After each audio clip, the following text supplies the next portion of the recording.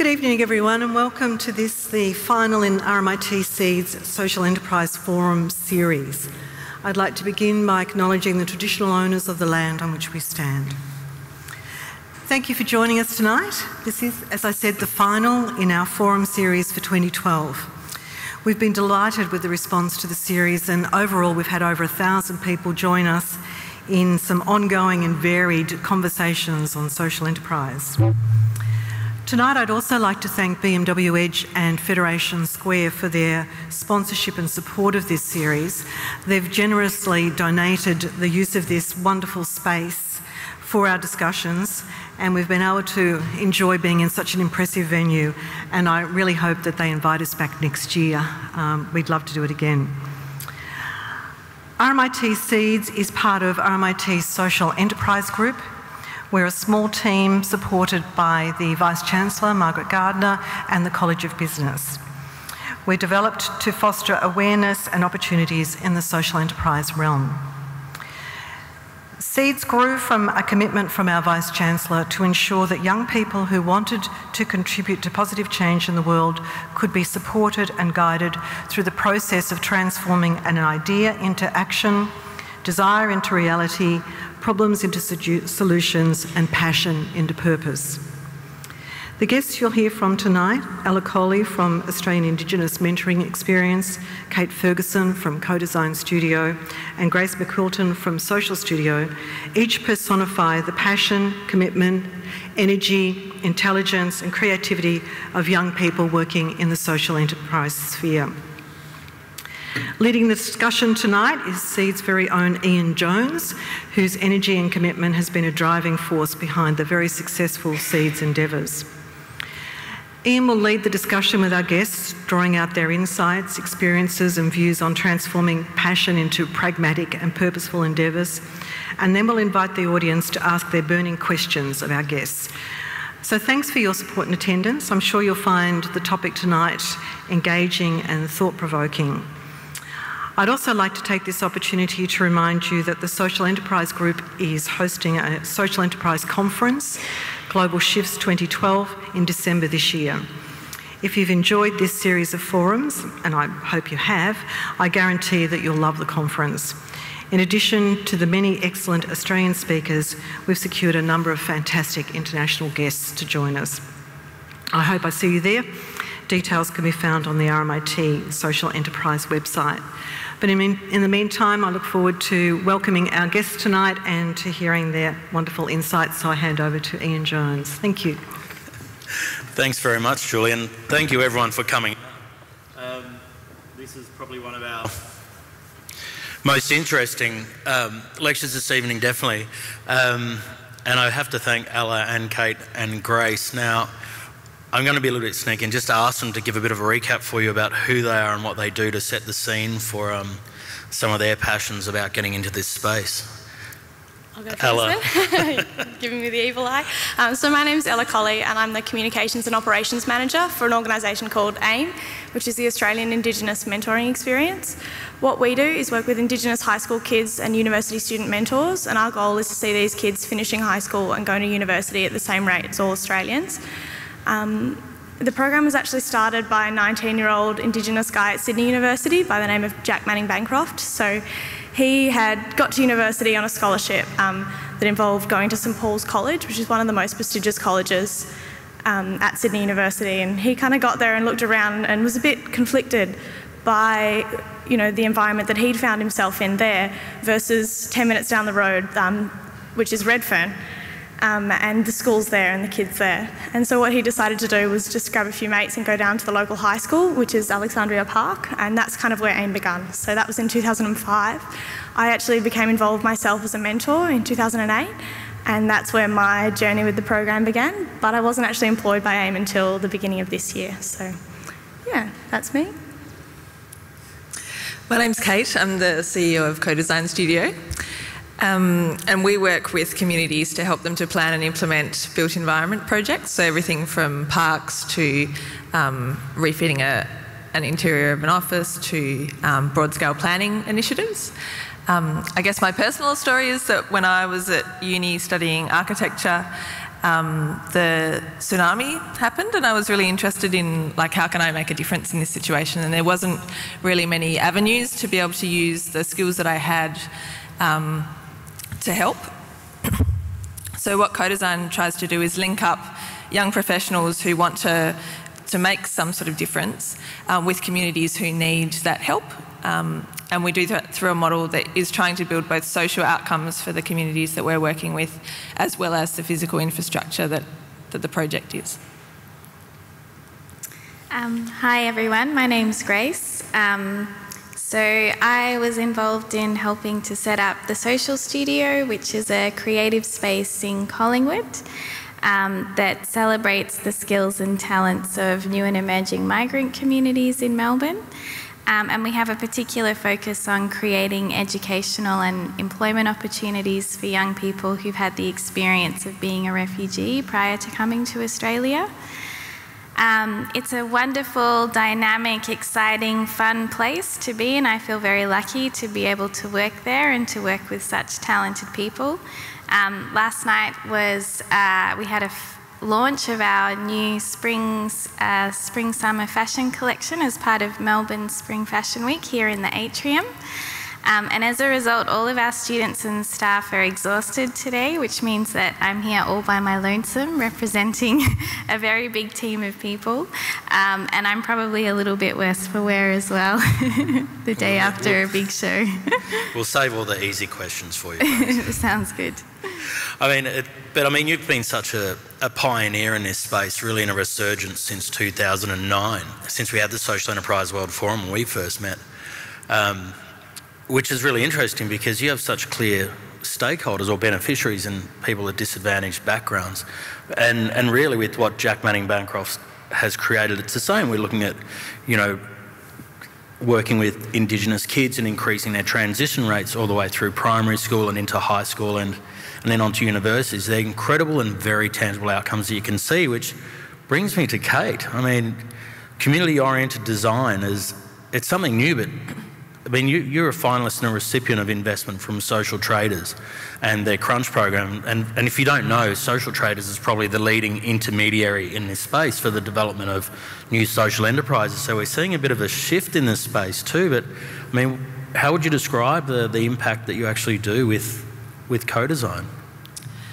Well, it's true that we're a pretty young organisation, so we're still finding our feet in this space. But I guess we know that disadvantaged communities have poor quality living environments generally, and if we want to change that scenario, then we need, I think, to have different models to do that. So relying on government to provide everything is obviously not working, and so we take the approach of working with people to try and give them a better understanding of the processes around neighbourhood improvement and give them confidence to have a voice and to go out and build stuff that they want. Because I guess a lot of people don't realise that they do have a democratic right to be involved in the planning process. And those people are generally not reached through the traditional methods of communication. So we use a kind of different model that focuses on building real relationships with people and a sense of positivity and fun around the improvement process. It's not about going to a community meeting and standing up and saying what you want. It's more about contributing to a kind of positive process amongst a team of people. So moving away from like that traditional where it might just be an architect or a designer completely disconnected and actually bringing the community in. Yeah, I think professional designers are really taught to be experts at university. We're really educated for a wealthy client base. And that's fine on lots of different types of projects, but if you're working, in a slum overseas, it's not a method that can work to make positive social change in that place. So it's partly about, providing a new way of working which is collaborative and recognises the knowledge that local people bring to the process. And there is actually metrics and research based around how much communities will use that space if they have ownership too, isn't it, in regards Absolutely, to yeah. We've just today been down working in Frankston for the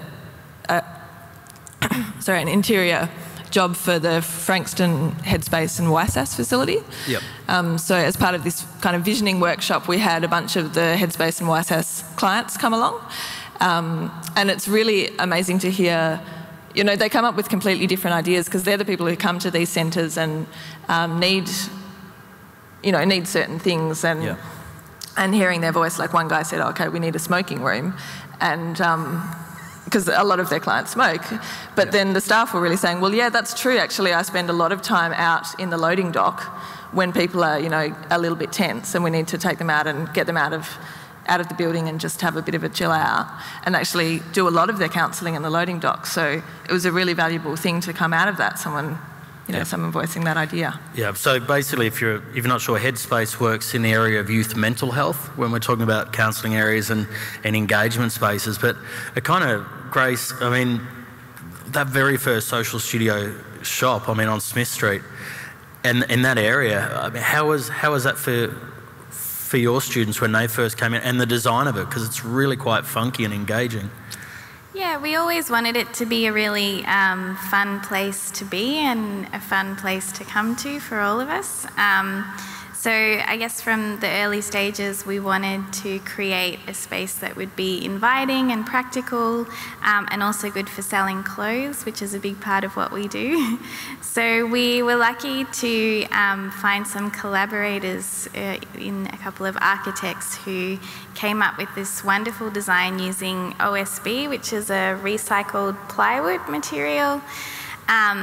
And they essentially created this cave atmosphere inside a tiny shop front. But the floors were cladded with this plywood, the walls, and then this sort of triangulated roof with some warm lighting, which meant that we had, for a very, very small budget, we could change a fluorescent kind of prison-type horrible atmosphere into this warm, comfortable environment that we could then kind of modify as we needed to. And it's changed a lot since then.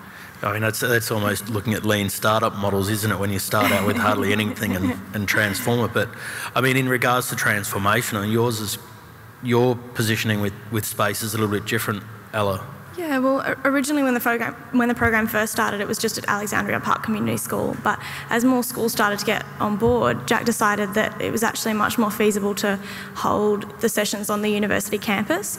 And so what that means is that by the time students have gone through our program, if they've been with us since Year 9 until Year 12, they will have spent at least above 50 hours on the university campus and in a university space. And although, you know, we take what we can get in terms of rooms and that kind of thing, we do try and create environments where the students get to see a whole range of different university spaces and facilities.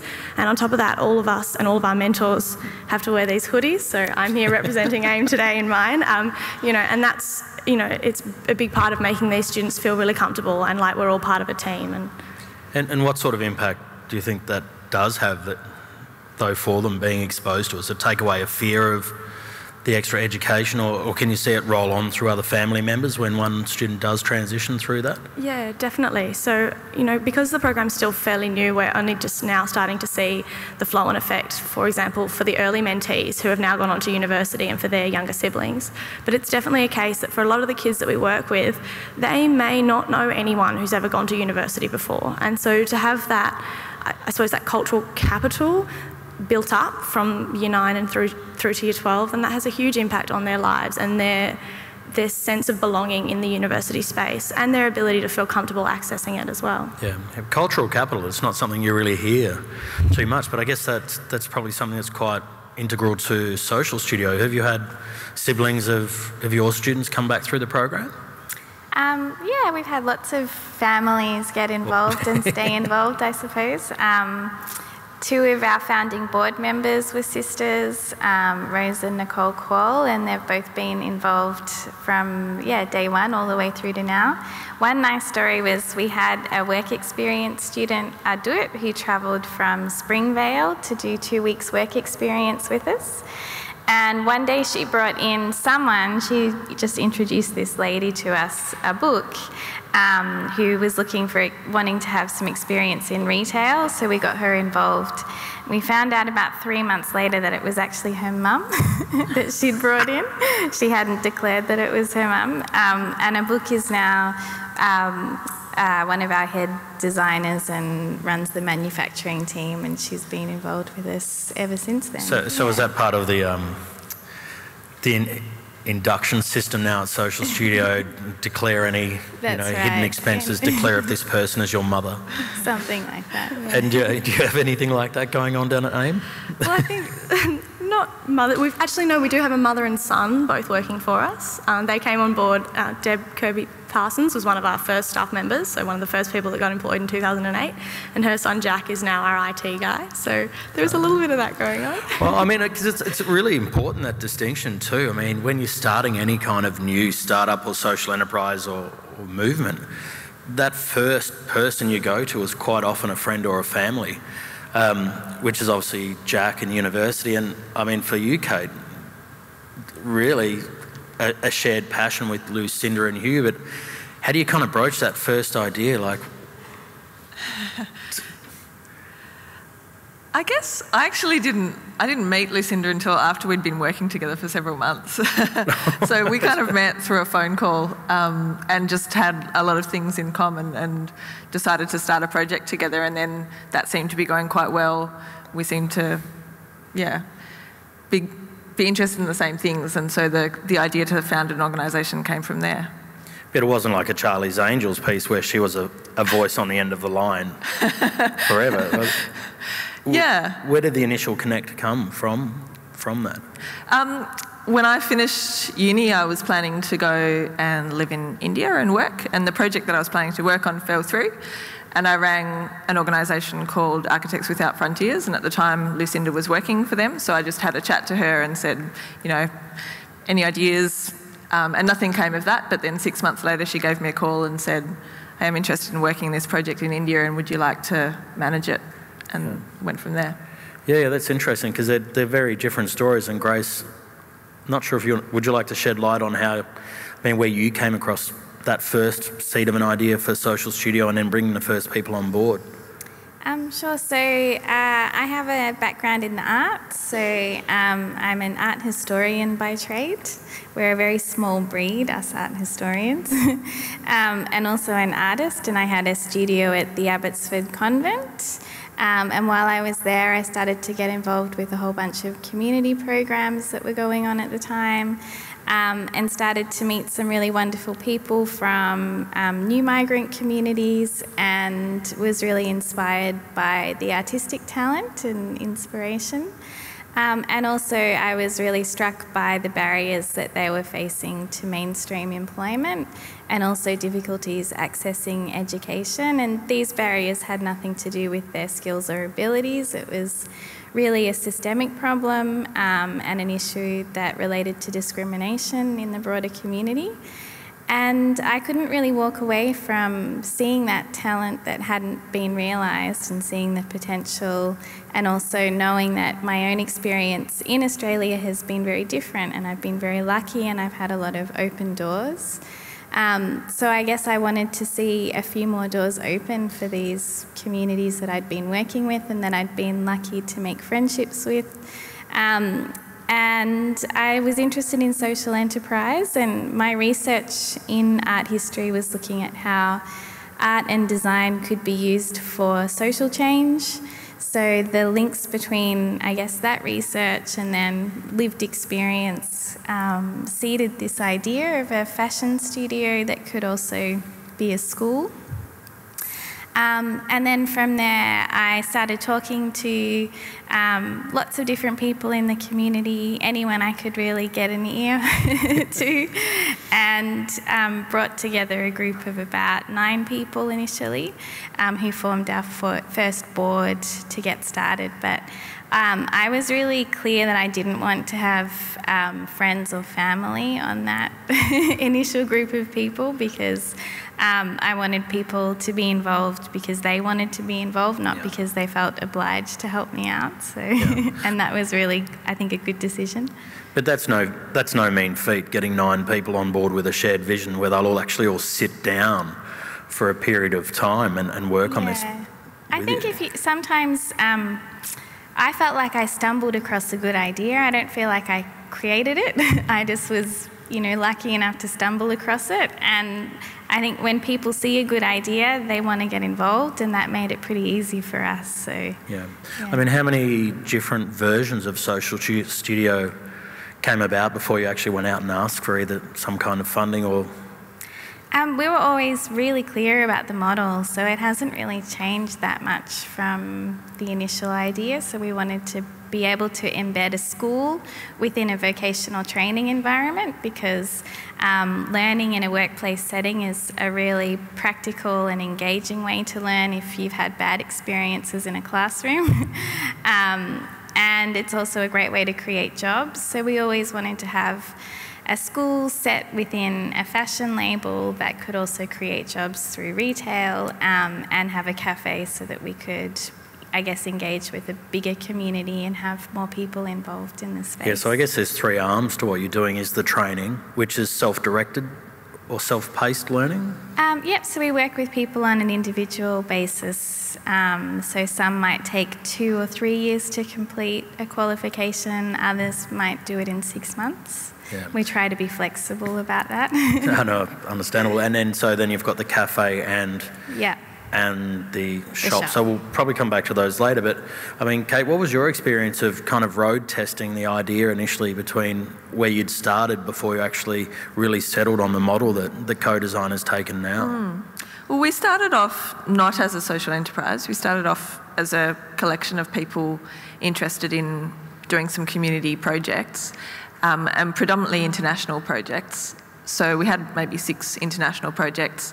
Lucinda and Hugh and I, as the 3 kind of co-founders, were finding that there was a lot of interest both from young professionals and from communities, and people were really excited about the way that we were working. But for us, it was not sustainable to be doing that on top of a full-time job. So we started looking at ways to turn it into something that we could be paid to do, and social enterprise seemed to be the way to go for us, just because I guess what we do is not kind of a clear and easy sell, so it's not something that really attracts people to give lots of donations to. There's not that many grants out there that are really quite suitable, but there are a lot of people who share the same goals as us. They want better living environments for everyone.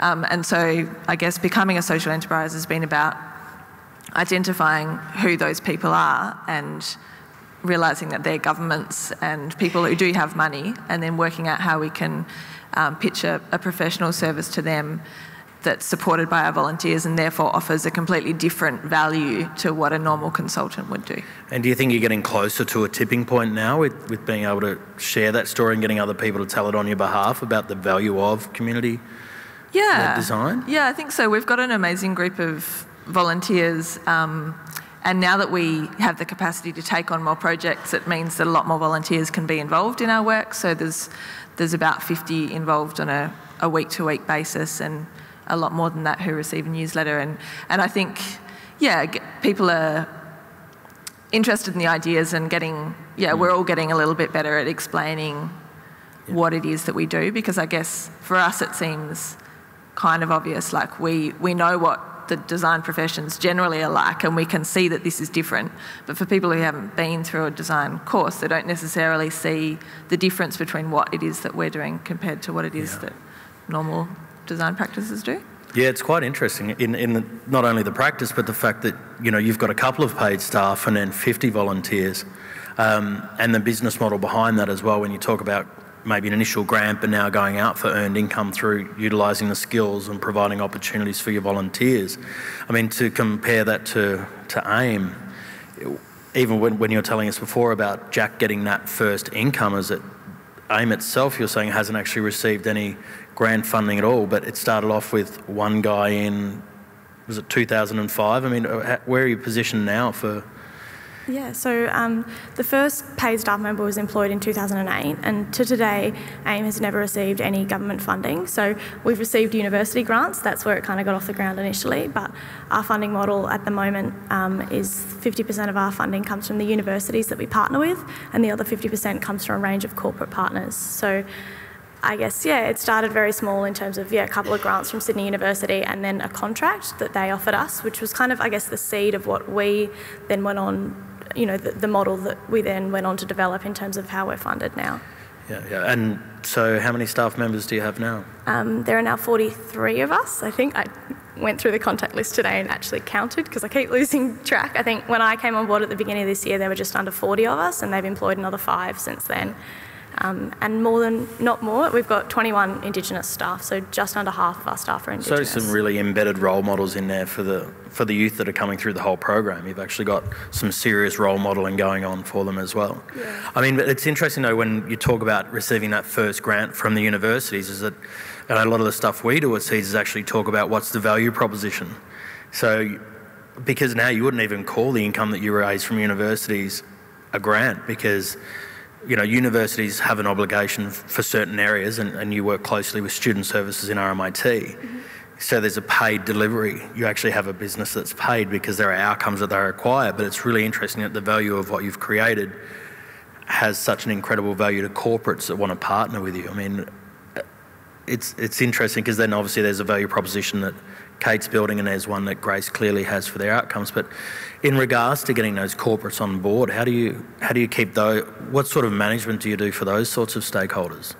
Yeah, it's really interesting because, when we first had a discussion earlier on about this forum, what we were going to chat about, we talked about, what it is what our product is and what these corporates are essentially looking to get involved with. And really what it comes down to is the AIM brand. We've, developed a model, and we've got a whole bunch of research and an incredible amount of stories backing up the fact that what we're doing is having a really significant impact on these kids. And add that with a fantastic story. Jack Manning Bancroft, 19 years old, a Sydney Uni student who started this, and a whole bunch of fantastic people that have got on board as well. So, for example, Ian Thorpe was one of our early supporters, not financially, but he, I think the way that it was explained to me is that he has a little black book of contacts, and when he finds something that he believes in, his way of supporting that is by connecting these organisations or these startups with his, friends in high places. So, yeah, but I guess in terms of the corporates and the maintenance of that, we do have a partnerships team, and what we do is make sure that some representatives from all of our corporate partners come and see a session, so they actually get the opportunity to be a part of it. We often bring them on board as guests and as role models as well, and they participate in a lot of our fundraising activities as well. So we have 2 major events of the year. The first is National Hoodie Day, which was actually just last week, and the second is something called Strut the Streets, which is the world's largest swimwear parade. And the corporates love to get involved with that kind of stuff. It's amazing. I guess it provides a little bit of excitement to their day-to-day, and yeah, it's a fun thing to be involved with. And Grace, I mean, you had your original 9 partners, really, that believed in your stumbled upon vision. Yeah. Are they still about? And was there a moment where the story that you created out of Social Studio started to sell itself as well? Like, was there a point where it got the momentum where people started to come to you rather than you having to chase everything? Yeah, look, we always knew what we were proposing was quite unconventional and hadn't been tested before, and we didn't have friends in high places, so we knew we'd have to show something if we wanted to get supporters. So we took a big risk, and we started up with relatively small amount of funding, not enough to see us through the first 6 months really. We still took out a lease on a building, set up the space and started training and making things. And that was, I guess, the recipe for us to be able to make a compelling argument for why we needed support. Once people could see that it was a real thing and that we had people involved and that there was potential, then it was a lot easier to get supporters on board. Yeah. And Kate, has that been the same for you after, I mean, initially Lucinda went through Foundation for Young Australians, Young Social Pioneers program, and then you've taken up the helm as you've gone through the crunch. How does participating in those programs give you? Yeah, it's been absolutely, critical and amazing. I had no business skills at all, and I'm starting to get a few little ones. And so that kind of mentoring is really invaluable to just start to think about the issues that you need to think about as a business person, not just someone who's got an interesting social idea. Yeah. Was there a continue on from that? Was there like a take a deep breath moment for you when the 3 of you just decided?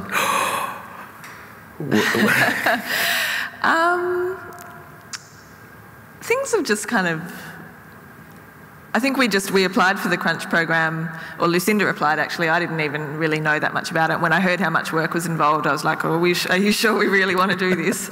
But as we went through that, it seemed like a good idea. I guess the moment was when we were actually pitching for that investment and going, we've invested so much time into this process. If we don't get this, what does that mean for us? It means maybe that, maybe we can't be a social enterprise, and what do we do next? But we kind of didn't think about that too much, and we just gave it our best shot, and it worked out okay.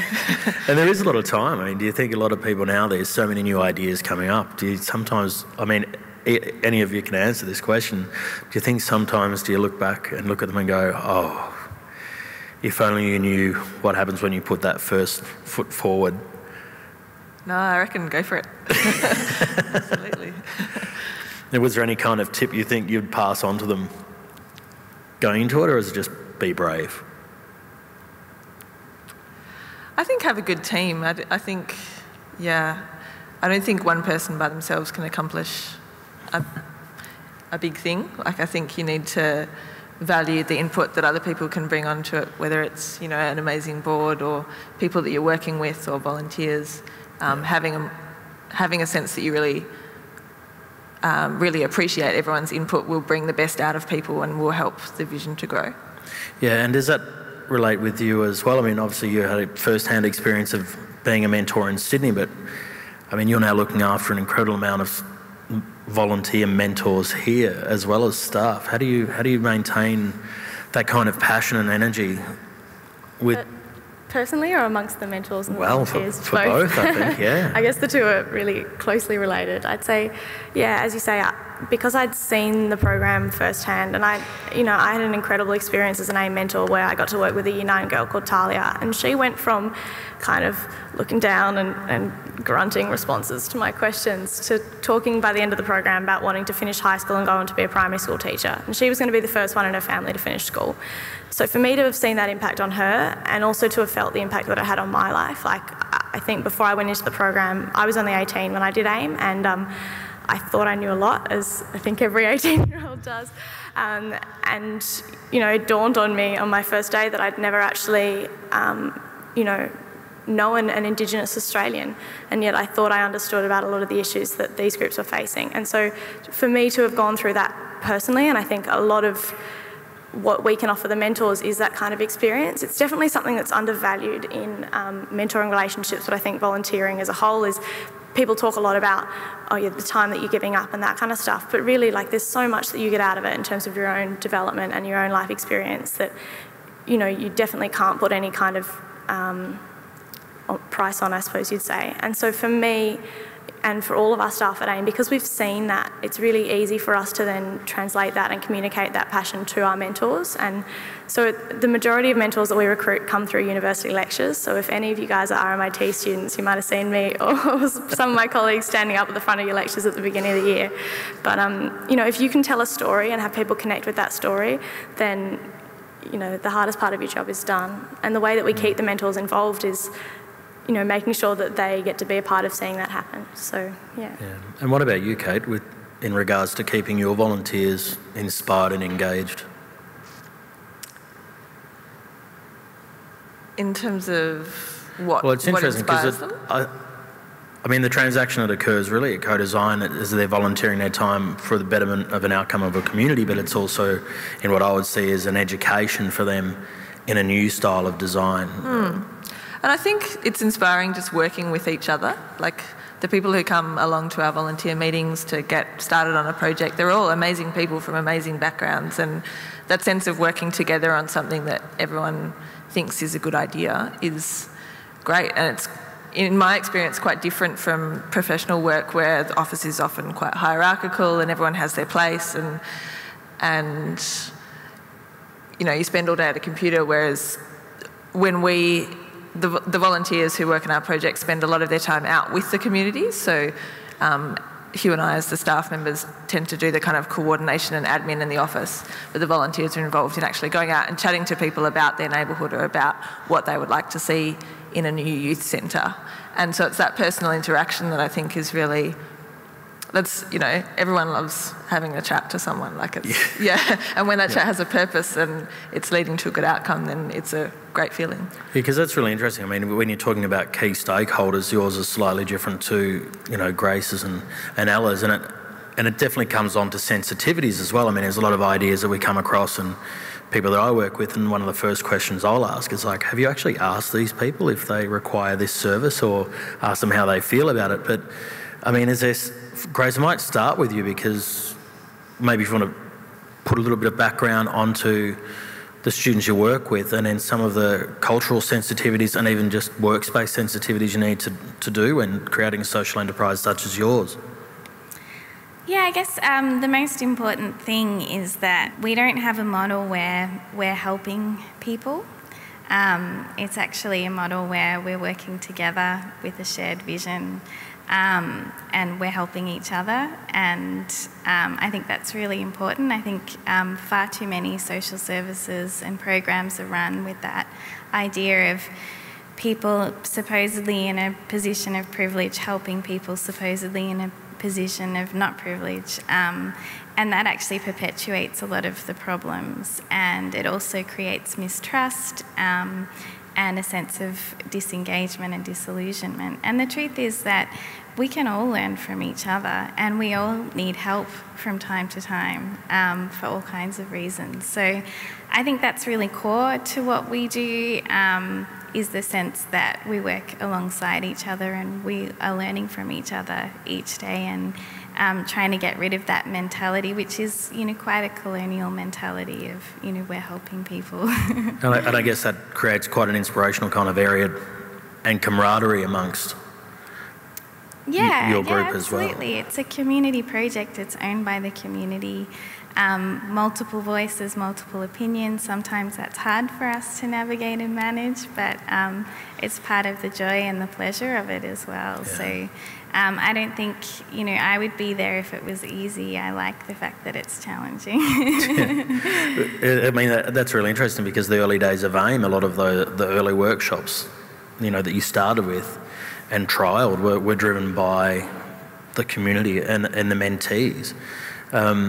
So, I mean, when we were talking before, it's been taken from 50 trialled workshops over so many years into 15 core ones. So it's almost like you've got the outcome of building confidence and self-empowerment for your mentees, but then how do you make sure your mentors are still kind of engaged, or maybe not throwing a spanner in the works as well?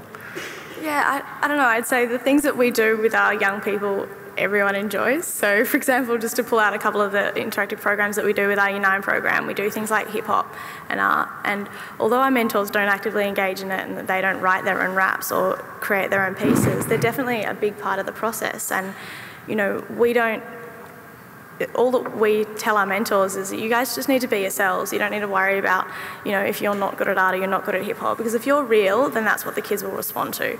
I think it's one of the lines that I definitely got given when I became a mentor, was that the kids are the biggest bullshit detectors, and if you're not real, and if they get the sense that you're just trying to, you know, if you're just there because you want to beef up your resume or because you think that you can change their life, then they won't respond to that. Whereas if you're just yourself and you're genuine and you're hanging out, then that's kind of really what we work from. Yeah, and the bullshit detector, Grace, does that... Yeah, absolutely, yeah. But I think, yeah, we all need a good one of those. Kate, do you come across this with... I mean, because you work internationally as well. I mean, you've worked in India, you've worked in Cambodia, and you've worked in Frankston. So... Yeah, I think, like, I really totally agree that going in there with the idea that you're trying to help people is not productive, and it can be... people can often expect that that's what you're going there to do, so it can be quite hard, I found in my experience, to change that mentality or to get even clients on board. Yeah, in projects that I've worked on, we've turned up in a community and people have assumed that we're there to do something for them, and because that's traditionally what architects do, they come and do something for you. So yeah, explaining that it's a process that we all need to contribute to together, and that it's as much about the relationships we build as it is about the buildings, is a challenge. So, I mean, so it's almost like stepping away from the traditional kind of egopreneur where it's like, well, I'm off to save the world. So, I mean, what are the soft skills that you think are the key ones to have when approaching these situations? Because at the end of the day, this is your business as well. And if you don't do it right, then people aren't going to keep funding you. So, I mean, what do you think is one of the most valuable soft skills that you have or that you bring to it, to the organisation too? It might seem an obvious question, but there's a lot of people that will miss this completely in the way they engage with people. They'll just trounce over any idea, but when you're working with communities and you're working with people of different backgrounds, what do you think is the one trait that people should keep in mind when they go forward?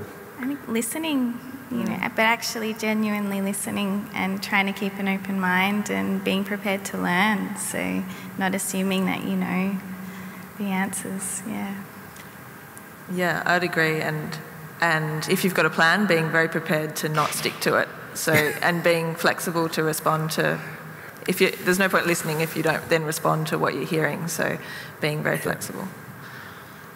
I would say definitely I agree with both of those things, and I think one thing that comes from being flexible and adaptable is also being quite resilient through, the tough times. And I guess you guys probably know about this a lot more than I do because I wasn't at AIM at the beginning, but there are definitely things that happen in my day-to-day which, require us to kind of keep the bigger picture in mind and, to just think about the simple fact of what we're trying to do and, how much fun it is, I suppose. Oh, cool. I'll open up the questions shortly too, by the way. So, but it's interesting that flexibility in the early days and listening not only is a key thing, and obviously making sure you've got the best delivery for your service or product. But Grace, you've been through a couple of different growth stages. I mean, you would have had a model in mind. I've probably got two questions here. The first one is, looking at where your financing comes from dictates a lot of your structure, but your business model is quite unique in regards to that you now draw income streams from training from the government, and you start off with a shop and then you've expanded to the cafe. What was the process in growing those incremental phases? All right, well, we started with a tiny little shop front, and for our first year we had a shop, a studio, a school, a cafe and an office all in about a space of 70 metres square. So my office was on a sewing machine desk. And that was actually great because we all liked working close together, and there was a real kind of, community atmosphere, and it was a lot of fun. But obviously we outgrew that pretty quickly and we didn't have any storage space. Our cafe was out in this back room, so customers would walk through the shop, through the studio, through the office, and then down a set of stairs to get to the cafe, which wasn't necessarily the best recipe for selling lots of coffee. So we needed to get more space, and once we could show people what we were doing, it was a bit easier. So the first thing we did, we negotiated with our landlord because we discovered the upstairs of our shop had been vacant for 10 years and sealed off. For some mysterious reason, he'd taken out the staircase. So we convinced him to put the staircase back in and to renovate the upstairs so that we could then start paying rent. So we didn't have to pay for that renovation, which was great, but it did mean that our rent doubled. And then about another 6 months after that, the shop next door came up for lease, and that was the same landlord. So again, we negotiated that if he would knock a hole in the wall for us, that we would then take over the shop next door. So it all happened sort of opportunistically and due to circumstance and because we could. In terms of the financial aspect, we've always been quite pragmatic and realistic, and we prioritise people first. So commercial interests will always come last for us, and that means we don't expect to be 100% self-sustaining. We'd like to get there one day, but that's not our, driving motivation. We don't get training funds from government or anything like that. We have a partnership with RMIT School of Fashion, so they deliver the training, they get training funds. we are able to provide all of the training on site in a really flexible way. 1 day's worth of a teacher's wage is covered by RMIT, so that's a form of support. But otherwise, we, like all social enterprises and non-profits, we have to be creative and inventive and juggle things around, and sometimes we live week to week, sometimes month to month, and hopefully we'll get to a point where we're, going year by year or decade by decade, but it's always an adventure. At the moment, we're about, I'd say, 65% funded from income from the sales in the shop and the cafe, which we're really proud of in 3 years, considering that more than half of what we do is educational. Not many small businesses can fund themselves after 3 years, let alone fund themselves and fund a school. So for us, that's actually a really huge success, and we're hoping that we can grow that to more like 75% over the next couple of years. Because that is one of the key things I think sometimes forget when they look at going into social enterprise. It's hard enough starting a business, and then it's even harder starting a social enterprise because it depends on who your key beneficiaries are, what you have to build in to work with them to empower them as well, and some of those overheads. Yeah, I mean, our insurance is between $12,000 and $16,000 a year. That's a much bigger overhead than a normal small business would have. So it isn't necessarily easy to make money out of social enterprise. And one of the things that worries me with the excitement about social enterprise is that a lot of non-profit organisations seem to be thinking that they need to start up social enterprises to generate funds to run their existing programs. And to me, that's really just mad. I think, really good charitable services should be funded to run their programs, and social enterprises should exist to provide other kinds of social benefits or social impacts, non-financial. So. Because there is a bit of a rush at the moment, isn't it? So, I mean, does it come down to actually saying, all right, just hold up, guys. It's not the saviour of all things. There's a spectrum here. Yeah, and it's about what you want to achieve with it. So for us, we're trying to create employment and educational opportunities in this particular dynamic vocational setting. That's the impact. It's not about trying to create money to then run social programs. It's about the actual enterprise itself is how we create impact. And I think if you go back to that core purpose, core mission, then use that as your kind of guiding force, then you can create fantastic social enterprises that have wonderful community development outcomes. But if you start from a financial point of view, then it's a real recipe for disaster, I think. Well, I think you've just highlighted exactly one of the key things that we should be looking at is impact as well. And even when you're looking at, to go back to what you're talking about is, not-for-profits maybe rushing out and creating them, is that does that deliver their core service and where their mission is? Absolutely, yeah.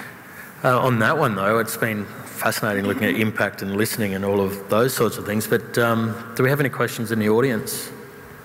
I'm curious if you could tell me a little bit more about how you've grown your businesses in terms of participation or in terms of selling your architectural services.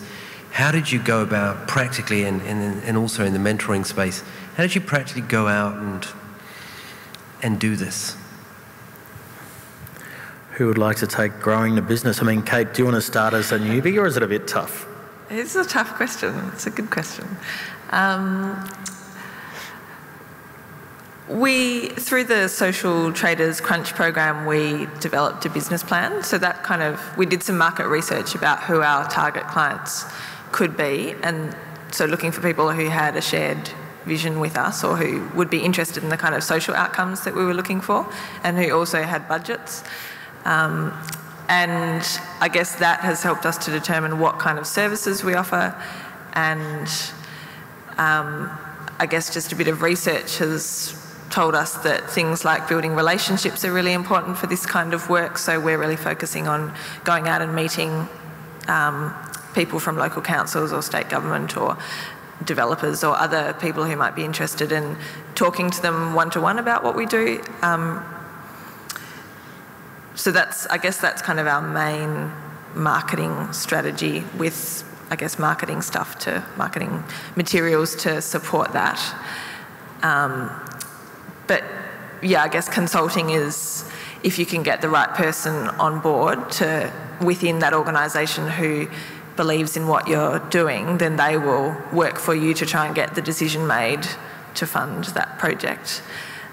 So it's not kind of like, we don't have like a product that you can sell in a shop where it's about the numbers and the volume. It's more about the quality of relationships with people that seems to drive repeat work for us.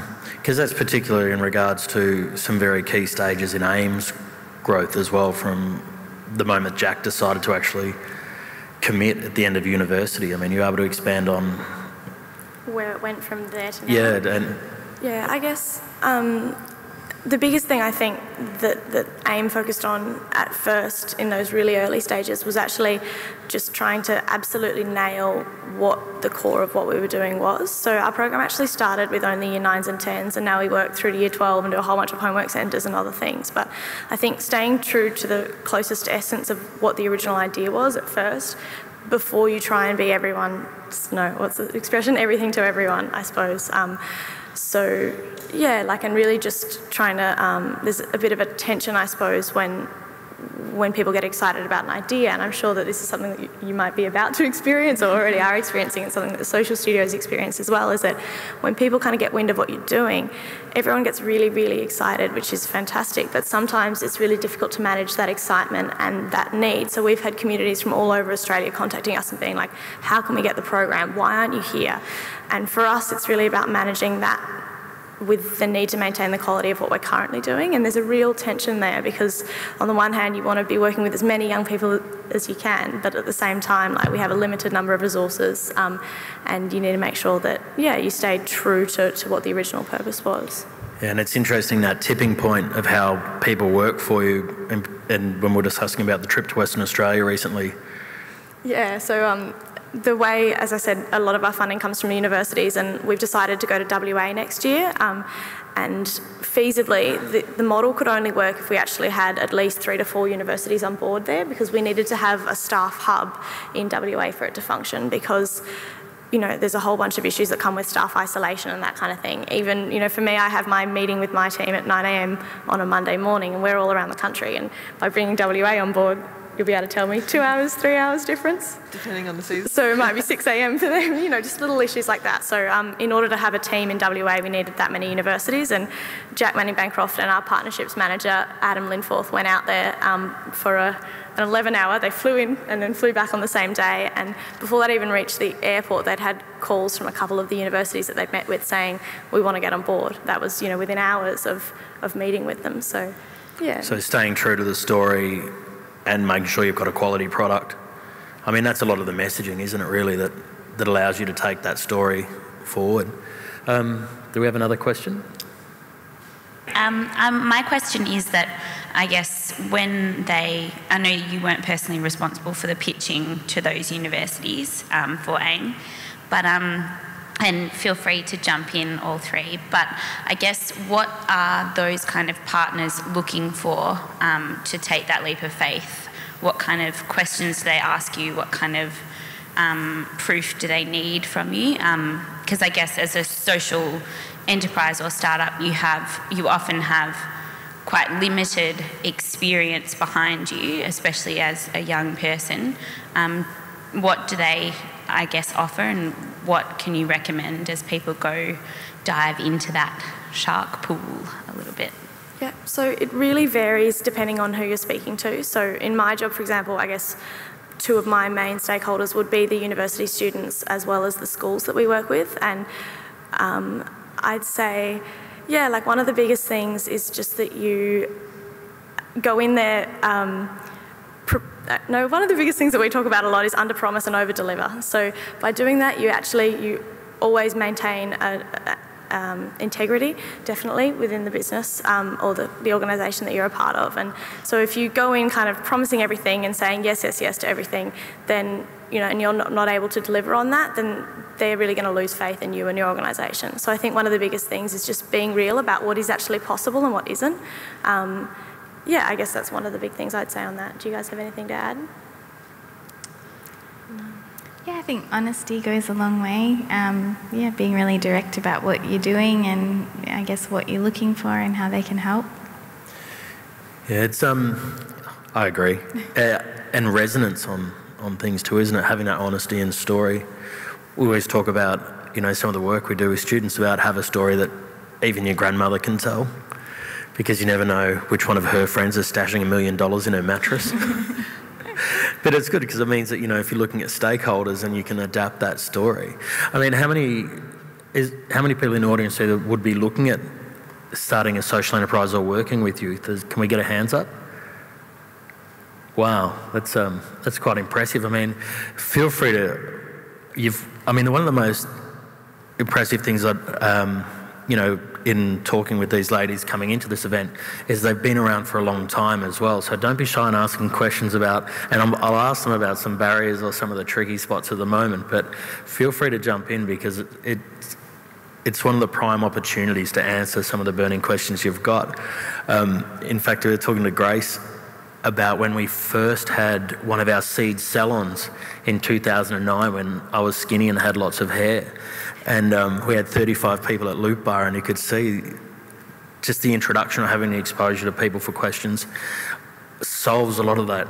I don't know if you get, you know, when you're such a creative person, you're thinking up new ideas, you spend so much time going over and over again. I guess the question I would have for you is, what's your trick to say, stop, collaborate and listen?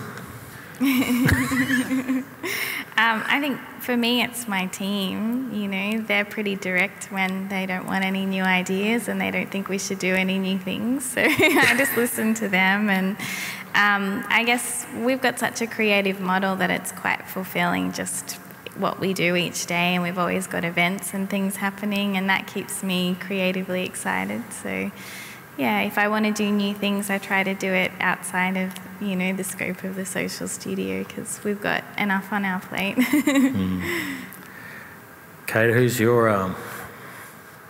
I think that I am that person for other people within co-design sometimes. Because I think, yeah, and I think it's good to have a balance of different personalities within a leadership group for the organisation. So we have a 6-person management team for co-design, and the different personalities on that I think are valuable. So I tend to be actually a little bit more black hat thinking of what can go wrong, which balances out, I think, other people who are very optimistic and think that we can do everything. Yeah. So I think having a balance is good. Yeah, that's really interesting. And for you, do you have anyone that in AIM that just... We laugh a lot in our team. So one of my colleagues is actually out the back. And between the 4 of us that we have here in Melbourne and then the larger staff cohort, we're really young as an organisation. So I think the vast majority of our staff are, you know, 25 and under, or 30 and under at the very least. And we have a lot of fun with that. So yeah, there's a lot of laughter and, you know, not so many events in a formal sense, but we definitely try and come together as much as we can and to connect as humans, not just on, you know, on what we're about with AIM. So, you know, it's so valuable to spend time with each other outside of the day-to-day of what we're trying to do. But I think the other thing for me is, like, that energises me, and it's interesting because I think for some people this might be a little bit of a chore, but I really, really enjoy the act of pitching and of telling people about what it is that we do. And although I've done it thousands and thousands of times now, I find that, you know, on a day-to-day basis it's so easy to get bogged down into, you know, the logistics of things and everything that goes wrong when you've made your 3rd plan and it's still not happening like it's meant to be. But, you know, the act of actually sitting down and getting to speak with someone about what we're doing kind of, you know, it lights that spark again for me, and it gets me really excited about it, especially when people get excited and start asking questions in return. And I'm sure, you know, you guys get to experience that on a day-to-day basis as well. And yeah, there's a lot of things that people don't discuss in this space, and that's the death of an enterprise. And I know that's a hard word, but at the end of the day, sometimes you just, you know, when you're a social entrepreneur, you're an ideas person, each of these ideas has such a vibrancy, you want to chase it like a fox terrier down a rabbit hole. But so, and these people are very important in the team to say, stop an idea, but there is a moment where you have to, like, there's 2 things I find working with people if an idea can't go past something is being able to let go and being able to accept that someone will tell you that your idea isn't the most attractive thing on the planet. and that maybe you have to change it. Like, no one likes to be told that their baby's ugly kind of mentality. I know it's a little bit strong, but are there moments where you've had that in the development of ideas for your programs where you've had to let go of something? I do all the time, so I'm quite happy to compromise and to say no to things and to let other people kind of take the lead and try out new ideas. I guess one of the problems there is collaboration and is, you know, balancing different viewpoints, and when other people start going, you know, with too much excitement in one direction that others aren't happy with, is trying to mediate all of those different opinions and keep a kind of balance. So I think in all organisations and all kind of team projects, there's going to be those dynamics, and you do have to figure out some pretty good negotiating skills so that you can manage differences of opinion, which can be really enriching, but also quite problematic at times too. And I guess there's no book to read on that one, is there? No. It's interesting, the thread that seems to come out of all three of you with the organisations is collaboration, or it's in what's termed as a network-centric management model, that it's moving, whilst you'd be the CEO of your organisation, it's moving away from this triangular structure. And I can assume the response from that is great because you're all still going, but what are the challenges in balancing that flattened model? Well, for me, I'm an introvert, so being in that role, you know, kind of a leadership role isn't natural for me, and directing people isn't a natural thing for me either. So if anything, I tend to let people run a little bit too free sometimes, and then I have to pull back the reins, and that can be tricky. But I think with a community organisation, which we have, I'm not, the buck doesn't stop with me. I've got a board above me and then a team working alongside me, and so I'm really lucky because I can go to the board with problems that we might have on a team level, and vice versa, I can go to my team if I'm having struggles at a board level. So yeah. I think having as many people around you really is the secret to that. In a community space, it's different if you're running more of an individualistic kind of enterprise or a small business, where you do need one person to really drive it and have a vision and to make things kind of go in that way. But in a community development project, it's about multiple voices and allowing people to have ownership. Yeah, it's because in contrast to your team, it's a small leadership team with a shared vision, but Kate, you almost have to go out and generate the business as well. I mean, is there one person in co-design that leads, or do you still have a fairly circular model in the way that ideas are shared and developed? Pretty circular, yeah. I think part of the planning process that we went through with the business planning program helped to get us on the same page. There's kind of, I guess, different people have slightly different takes on that, but we're at a stage where we can try quite a lot of ideas because we're not locked into exactly what we'll do, and we respond a lot to what communities tell us and what our clients want. So we're not kind of going out and pitching, this is exactly what we do. We're kind of saying, well, what are your needs? What are some issues you're facing? And then we try and tailor a sort of project around that. So it's kind of more of a way of thinking, and we're all on board with that. So it happens quite well, naturally. Between the three of you, sorry, do you mind if I... Yeah, no. Yeah. Between the three of you, is there a really distinct sense of who's responsible for what, or do you find you're constantly just talking like, oh, maybe you can take care of this, or I'll worry about this today? Or at the moment, it's very much, what am I doing today, and can I help you? What deadlines do we have tomorrow? And I mean, we do have kind of set roles, but then we do also support each other a lot with all the things that aren't directly a kind of CEO role or directly a finances role. It's very, at the moment, I think like long term we'd like to have a little bit more separation, but at the moment, because things are still just getting off the ground, we kind of don't have the luxury of that, and we just need to respond to what's needed on a week-to-week basis. It's very much that start-up phase, isn't it? I mean, we're very blessed in the social enterprise group that the staff that we work with are all multi-skilled in what we're doing. You know, if you need help on one thing, they can step in. They know the story. If they're talking to someone in public, they know how to help everyone out with Eventbrite, or whether it's Twitter or everything, or writing something up. And it's very important for those early stages.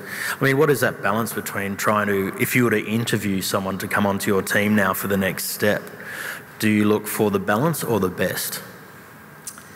That's a really interesting question, because I think we've gone from a volunteer-run organisation for a long time, and it's only in the last couple of months that we've actually had any paid staff. And that transition is something that's kind of quite challenging, and managing kind of expectations of volunteers and making sure that volunteers are treated fairly is something that's obviously really critical. So generally we try to, if we've got new staff positions, we'll take from existing people who've been involved over a long time. We think that's really important, that they've showed commitment to the organisation for a long time already. Yeah. And I guess that has to be balanced with what particular skills do we need at this time. So yeah, I guess when that challenge comes up, it'll be something we have to think about. Yeah, because I mean, for you, Ella, you'd been through the program, so you'd experienced it firsthand. So were you the sole person when we became the operations manager in Victoria, or was there? No, I came on board in the third year in Victoria, so I was a volunteer to begin with while I was an RMIT student, so I kind of helped with some initial discussions with RMIT. I'd basically get pulled into a room and, all right, you were a mentor, tell us about your experiences. And so I was, and then brought on board to help recruit new volunteers as well. So I came on board as a paid staff member in the third year. Yeah. But yeah, I think there's definitely, with AIM, a lot of our staff, particularly in the early days, have been involved in volunteers, and it's only now that we've reached a certain level that we are actually really recruiting for those super skilled positions in areas like communications and finance, and even we've never really had an office manager until now, so that's someone we've recently employed, because until now everyone's just done a bit of everything and chipped in. So it's interesting. It's funny you talk about office managers. When you go back to Grace talking about, you'll find the office between the shirts, the dresses, and down the steps to the cafe. But in regards to that, your growth, now that we talk about training, cafe and retail sales, are you at that period where you have to have that really tight, defined structure, or as the head of an organisation, do you have a bit of flexibility, or is that what you look for in staffing? No, the nature of our organisation, the number one thing we look for in potential staff or existing staff or volunteers is to be really easygoing. Everything changes every day. We can't guarantee anything. Don't have expectations. Have an open mind and be really easygoing. Anyone who's too process-oriented, too systems-focused, too this is the way it has to be, really struggles. So yeah, easygoing is our number one. It's really interesting, because when you look at, a lot of what traditionally is seen to be a leader in any sector as this systems focused, and I can analyse this and I can deliver that, but you're saying for all three of you that doesn't work, or is it almost like there needs to be an adjustment period for? We're quite a unique organisation, and we're working with, a really diverse range of communities, and I think Australian systems are very bureaucratic and system-oriented and process-driven, and that's fine, that works, but for a lot of other cultures and communities, the world doesn't operate like that.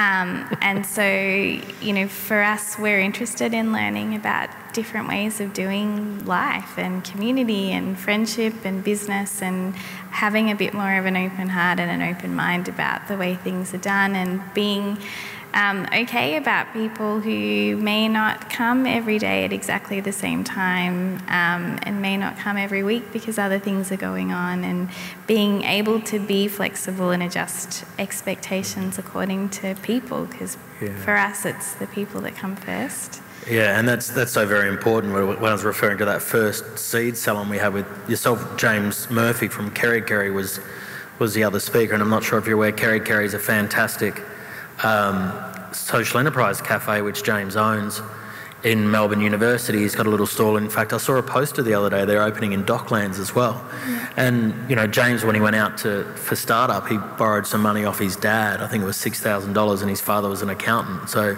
it definitely wasn't a, here's your grant, or it was literally, now you've got this, you've got to start making money. But he was very focused on his people and his staff as well. He's a social worker by trade, and having that flexibility was one of the best things I learnt from him, as well as this balance between having good product but also that flexibility with your staff. You have to be sensitive. So we're working with teenagers from disadvantaged backgrounds. If they don't come to work, it was a 2-person coffee stall. So he had to be there, but also at the same time, if they were producing bad coffee, customers wouldn't come back. I mean, does that sort of, if we're producing bad coffee, does that, I mean, for obviously you've got a catering side, but yeah, for all three of you, does that resonate? I mean, for us, I think you can make good coffee and be flexible and open-minded and do things differently at the same time. And I think, you know, Western society is so hell-bent on this idea of perfection and achievement and success and, you know, process and everything being exactly the way we want it to be, and we're not happy necessarily for it. So the rates of mental illness are sky high in urbanised environments. I think being able to let go a little bit and being okay about things not going to plan is a really great quality that we can benefit from in Australia. So, you know, maybe if the shops don't all open at exactly the right time, or if the coffee isn't the same every time, it's not such a bad thing if people are happier for it. So that's my 2 cents worth. Yeah, because it's interesting, Kate, for you, you're dealing with people that are looking for specific outcomes, but your touch points with the community aren't specific, like they're community directed. Can you envision, I mean, are you expecting a clash with that or something that? It's possible, yeah. I guess we have enough faith in our process that things won't be a disaster. But yeah, definitely there's a lot of unknowns when you're going out there and you've told a client what you'll be delivering, and if there's less people than you expect to come, or there are all sorts of things that can go wrong. But in our experience, it's so far everything has worked well and people do want to be involved. Cool. I might just see, is there any more questions? We take one more, yeah? In AIM, how many children have you had from Victoria, and how do you promote it to the regional areas in the outback? Sure. So at the moment, we actually only work in 4 regions in Victoria. And those regions are determined in part by where the Indigenous young people are, and in part by where our universities are that we partner with. So at the moment, we're working with around 150 young people in Victoria, and it's now the 3rd year of the program. I can't say exactly how many have transitioned through because the maths is just not working for me right now. But yeah, so 150 at the moment. And the way that we do it is that we first speak to the schools and we see if they want to get involved. And if they do, we actually go out to the school, and one of our program managers, who are Indigenous role models, will go out and actually speak to the kids. So the program's not compulsory. The schools can say they want to be a part of it, but if the kids don't want to come, we don't want to force them to be there. So it's actually up to us to, I guess, get them excited about it and to make them feel like it's something that they'd like to do. Yeah, so I guess that's the way we approach it with the school students. And in terms of, I think your last question was about to more remote areas, is that right? Yeah, so at the moment, I guess because we're still quite young, and the model that we've worked from has been using university student mentors, and in general where universities are situated are in quite urban areas. So we've only been working now with young people from quite central areas. I guess the furthest we've gone in Victoria is out to areas like Melton and Werribee, and then down Frankston Way as well. Yeah, so I hope that answers your question. One day I think we'd love to work with some more kids in more remote areas, but at the moment we're just trying to do what we do with these young people the best that we can, and yeah, that involves staying quite central for now. Cool. So before we get Julie up, the next steps, I mean, do you look at next week, 6 months or 2 years? Pick one, if you like. And what's the next steps for AIM Co-Design and the social studio? I'd probably look 2 years at this stage, both in terms of where I can foresee my future with the organisation in this particular role, and also in terms of, you know, what we're focusing on at the moment, because we are looking at, as I say, expanding to South Australia and WA next year, and that is definitely going to be, I guess, the focus of a lot of our energy over the next little period. I think for us, as part of our investment from social traders, we have a milestone to meet at the end of March. So at the moment, we're trying to stay extremely focused on both the social impact targets that we need to meet for that, and also the financial sustainability targets, so a certain amount of work that we need to win. So I guess long term we have lots of visions, but we're really focused on the next 6 months. Yeah, I'd say probably 6 months for us. Don't like to look too far ahead. Don't know what's going to change between now and then, so that's a kind of good time frame for us. And we're not planning any great change or growth at this stage. We just want to do what we do as well as we can here, and that's enough for us. So. Cool. Well, thank you all three for teaching us about flexibility and collaboration, listening, and the ways to move through new models. And I want to thank you all because you do have 3 very different business models, 3 very different groups of people that you work with, and for enriching us for your experience. So if I could ask you just put your hands together for Ella and Grace and Kate. And Julie. And I'd like to add to those. Thanks very much to the 3 of you, and to Ian too for a brilliant job there. So look, I hope you've really enjoyed that discussion tonight.